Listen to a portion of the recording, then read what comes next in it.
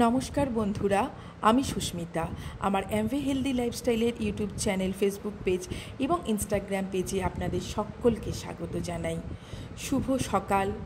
সকলের দিন খুব ভালোভাবে শুরু হোক, সারাটা দিন খুব ভালোভাবে কাটুক, এই শুভ কামনা নিয়েই আজকের আমি আমার একটা ছোট্ট ব্লগ শেয়ার করছি। এখানে দেখছেন একটা জলখাবারের প্লেট আমি রেডি করেছি।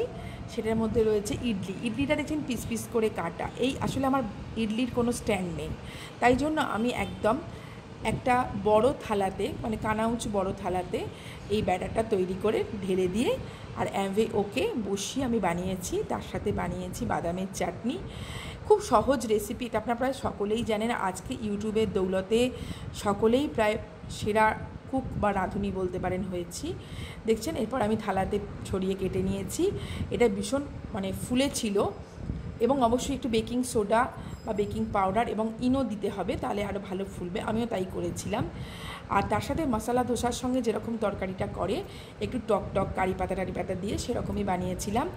দুর্দান্ত হয়েছিল এবং একটু অন্য রকমের জলখাবার। একঘেয়ে রুটি তরকারি বা পরোটা তরকারি বা লুচি তরকারি তো আমরা খেয়েই থাকি, কিন্তু নিউট্রিশনিস্টরা বা ডায়েটিশিয়ানরা বারবার আমাদের বলছেন যে ফার্মেন্টেড প্রোডাক্ট, অর্থাৎ জারিত করা প্রোডাক্ট যেন আমাদের খাবারের লিস্টে থাকে।